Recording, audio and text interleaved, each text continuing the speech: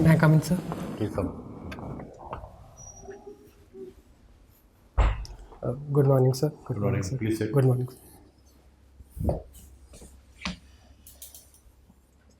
Actually, the most interesting thing I find in your DAP is pounce and bounce. What does that mean? Sir, it is a format of quizzing that is followed in the Delhi circuit. So it has longer questions and it involves lateral thinking and multiple clues that have to be connected. And by the term pounce, it means that even if it is not your turn, you can choose to answer, but at the cost of negative points. All right. Okay. Now you are from IIT Delhi. But before that, you are from Delhi. Now these days we only hear bad things about Delhi. Pollution, the harassment of women sometimes on the roads, etc. Tell me 2, 3 good things about Delhi. Yes, sir. Sir, some good things about Delhi are that the Delhi Metro, which is very good in connectivity and is one of the best in the country. The other good thing is that the infrastructure is very good. There are a lot of highways and connectivity. And the third good thing is the presence of educational institutions that is very good in the city. Delhi also has the dubious distinction of having possibly the largest garbage dump on earth, Gazipur. Now, if I made you the district magistrate of that region of Delhi, what are the 3 things you would do to deal with the dump? Yes, sir. Sir, there would be three major solutions. One is that technical solutions, that biomining and bioremediation of the waste should be done. The second is there is a new policy of no additional dump in those wastages, and that should be strictly followed. Do we have land to have additional dumps? No, sir, we plan to have waste to energy treatment plants to. As of now, how many tons of waste would be there? Can you tell me in Gazipur? Maybe a few lakh tons from the look of it.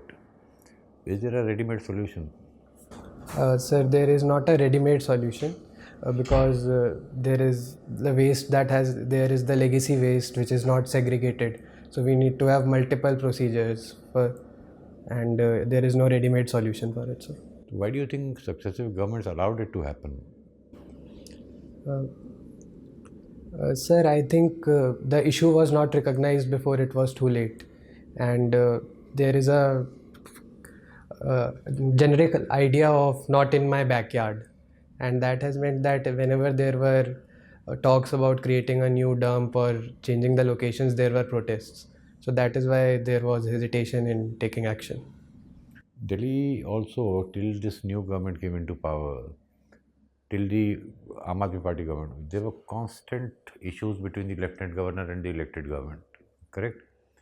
To the extent that at least 2 or 3 times the Supreme Court had to intervene. How do you think that this kind of an issue can be dealt with, this constant tussle between a Lieutenant Governor of Delhi and the elected government of Delhi? Sir, one thing that can be done is a clear demarcation of roles, and that is why the Supreme Court had to intervene, because the article says that any matter can be referred by the Lieutenant Governor to the President, and the Supreme Court had to intervene and say that any matter cannot mean every matter. So I think similar clarifications are needed so that the operating procedure becomes smooth.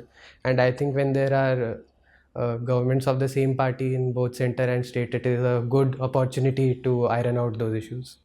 Now, recently our former Chief Justice, who just retired, he overturned 2 of his own judgments. And there was a lot of criticism. What were the 2 judgments? Sir, one I remember about the stray dog incident. What? Stray dogs. Okay, stray dogs was on. 2 more. I am unable to recall them, sir.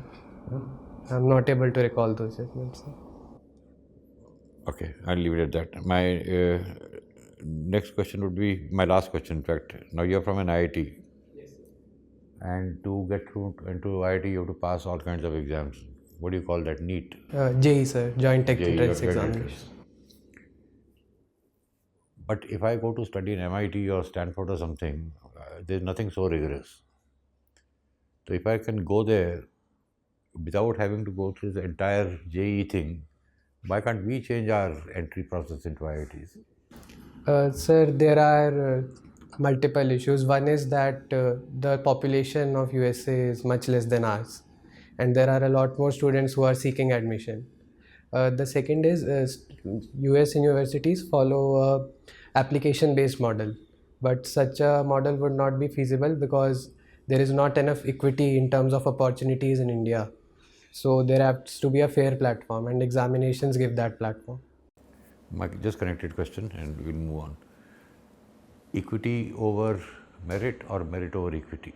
Which side are you on? Sir, I think the ultimate focus should be that measures that are placed in place for equity should eventually lead to a merit. Which side are you on?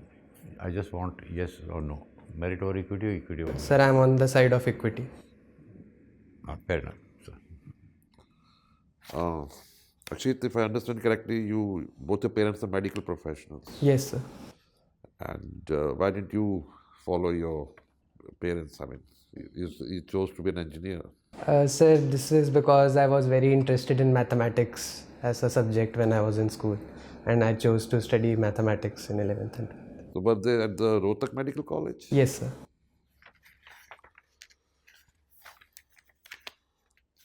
Akshit, I'm a bit baffled by your order of preference for various services. Now, did it come out of some consultation, or this is your purely your kind of judgment and your preferences? Sir, there was some consultation, but I also give a lot of weight to my preferences. With lots of Group A services, you've ranked them lower in terms of preference than you've ranked Danix Group B higher. Yes, sir.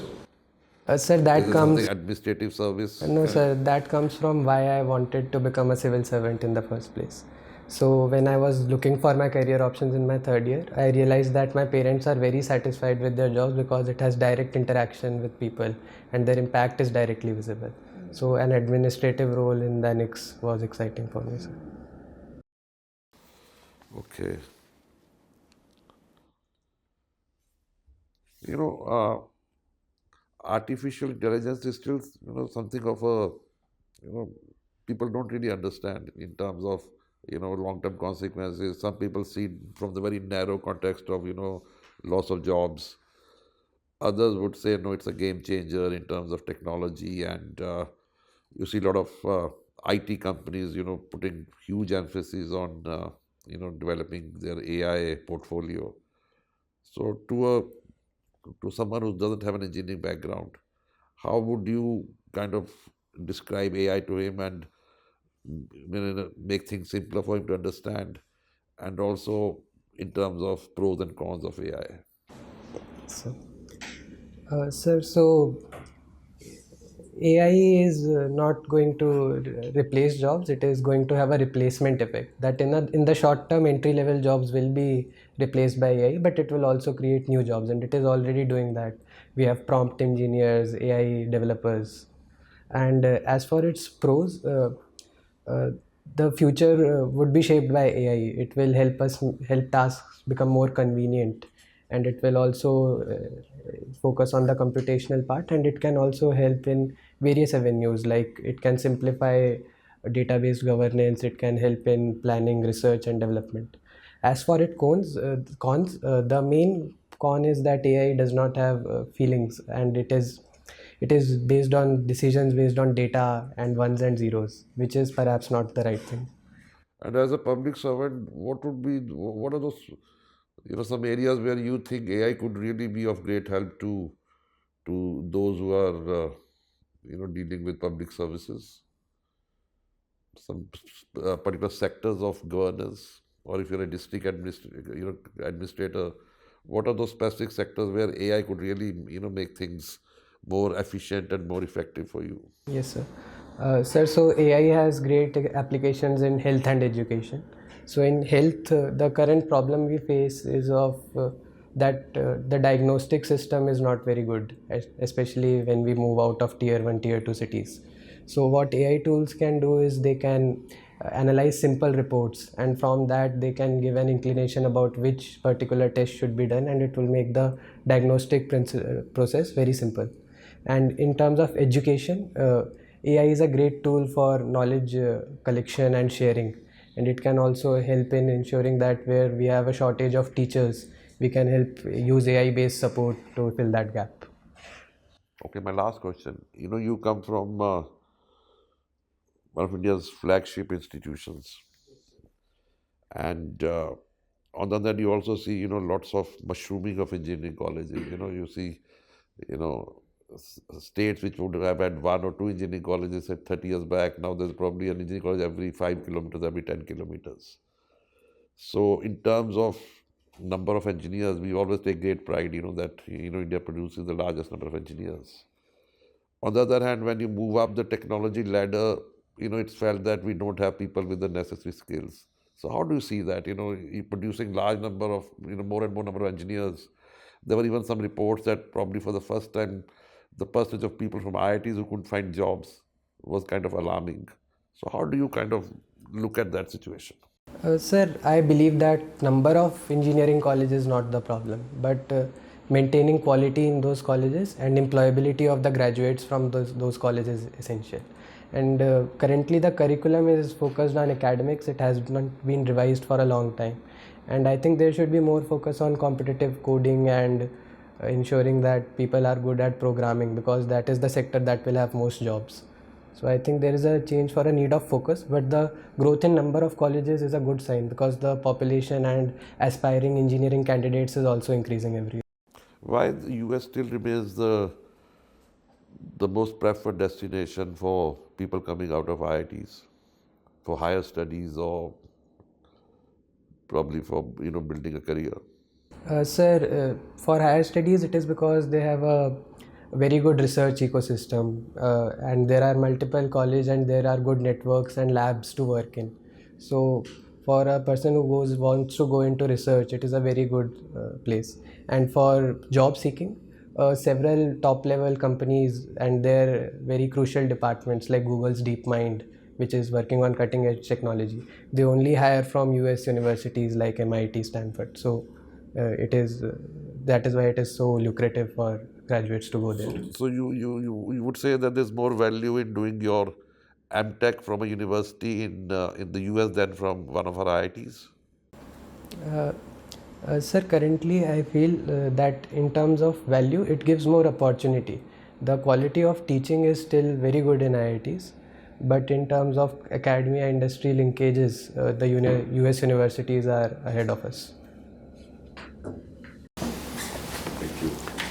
As an Indian, how do you assess your neighbors? Sir, I think This is with respect to your internal security. okay. So, sir, the current global situation has been geopolitically volatile, and India is facing various challenges on different fronts. China, we have had several border disputes, and China also sees us as a competitor, which is, we are also a growing economy with a strong global labor base. And there have been continuous issues with Pakistan. And recently there has been a regime change with Bangladesh, which has also led to friction on various fronts. What do you think is could be a greater challenge for us? Internal security challenges or external security challenges? Sir, I think, sir, both are connected in a way, but internal security challenges are more important for us to solve, because right now we are in a place where we need development and inclusive development in our country, and that can only happen if there is peace within. So which neighboring country is more threatening to us from that point of view? Sir, I would say Myanmar and Bangladesh are more threatening for us in that point. Why? Because, sir, there is a lot of counterfeit currency smuggling and gun running that comes in from those borders, and we have porous borders there, and that leads to problem in ensuring security. You don't think it is Pakistan? Sir, I think that we have a strong infrastructure on that border, and we have been able to secure most of our problems. Yes, there is some problem of insurgency, but we have been very proactive in treating it. But the problem from the eastern front has been tackled less, I think. Don't they have the ability to disturb us, to take advantage of our fault lines. Socially, they can disturb us. China wouldn't do that. I was not able to get the question, sir. Advantage of? No, they can take advantage of our existing social fault lines. Yes, sir. I think they can do that. Uh, and they try to do that through cross-border terrorism, where they try to expose those fault lines and uh, have ideological campaigns on social media and dark media. So I think it is the administrators who have to prepare for war, to control the internal security, keep the environment safe, or more on soldiers. Where would you like to make the expenditures? Sir, I think we are facing gray zone warfare, so we need to spend on administration, cyber security, and other ways of security as well, along with defense. You're from IIT Delhi. Have you heard of Dr. Kiran Seth No, sir, I am not. of operational research? No, sir, I'm sorry. No? Okay. Thank you.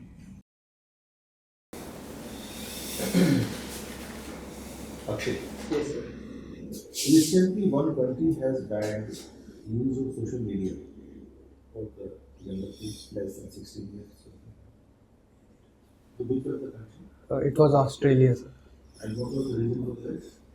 Sir, the reason was that the young population was being exposed to sensitive content online, and there was not proper regulation, so that is why it was banned. Don't you think it can be done in India? And what would be the consequences if we thought of our government think of?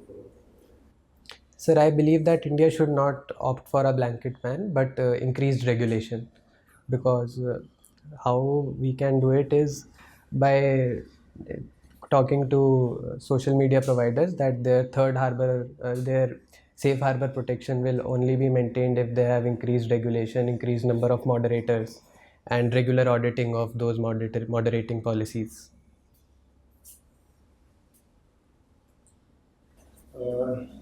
Recently, the parliament session is going on. Yes. Are you aware of the parliament session? Yes. In the first 2 days, there were some disturbances. Yes. So, what was the reason of the disturbances? Sir, I think there was a demand of talks on SIR that was held, and for that there were protests. And now we are going to have a discussion on SIR. Only one reason was there? Sir, I cannot recall the other reasons. And there was another issue about the Sanchar Sathi. Yes, sir. So can you please put some light about Sure, Sanchar sir. Sathi? What was that and why the government is stand today as well? Yes, sir. Sir, Sanchar Sathi is a government app that is created for cyber security purposes, and the government had given a directive to smartphone manufacturers that the app should be pre-installed in devices, and its permissions should not be restricted.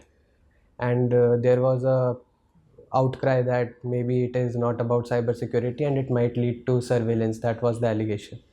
And currently the government stance is that users have a option to delete it or not register on it if they want. The government has taken back this notification or? No, sir, it has clarified its notification. It said earlier that there should be no restrictions on its usage, and they have clarified it as that it was on the smartphone companies that they cannot impose restrictions, but the users have their choice. Okay, I see that you are a university level chess and badminton player. Yes, sir. Why not cricket? Sir, firstly because there were better players than me in our college. Cricket. Yes, sir. And secondly, I had to divide my time between academics and sports, so I chose to pursue these two sports, sir. So what is the future of sports in India as of today? Let us not discuss about cricket. Why Sir, we are behind in every sport, Olympics, Commonwealth Games, or Asian Games? Why China is always coming, America is coming? Sir, so historically, success in sports has followed and lagged behind the economic trajectory. For example, China too was not doing very well in the 1960s or 70s. But after their economic boom, they also started doing well in sports from the 2000s, and they have been at the top since then. And the second issue is that we have only recently started diversification of incentives when it comes to other sports and Olympic sports. And I think we are on the right trajectory, and in a few years we will improve.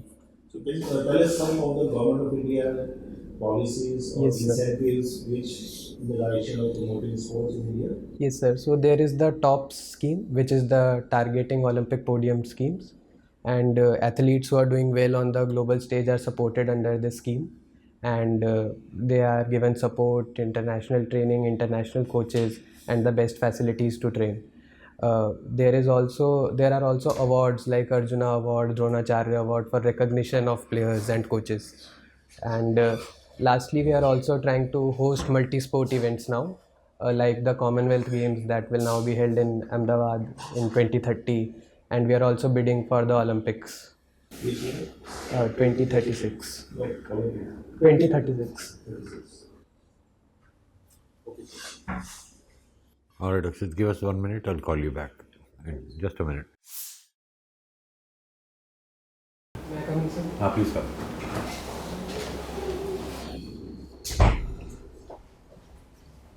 But Akshit, when is your interview? 10th December. September 8th, 9th, 10th.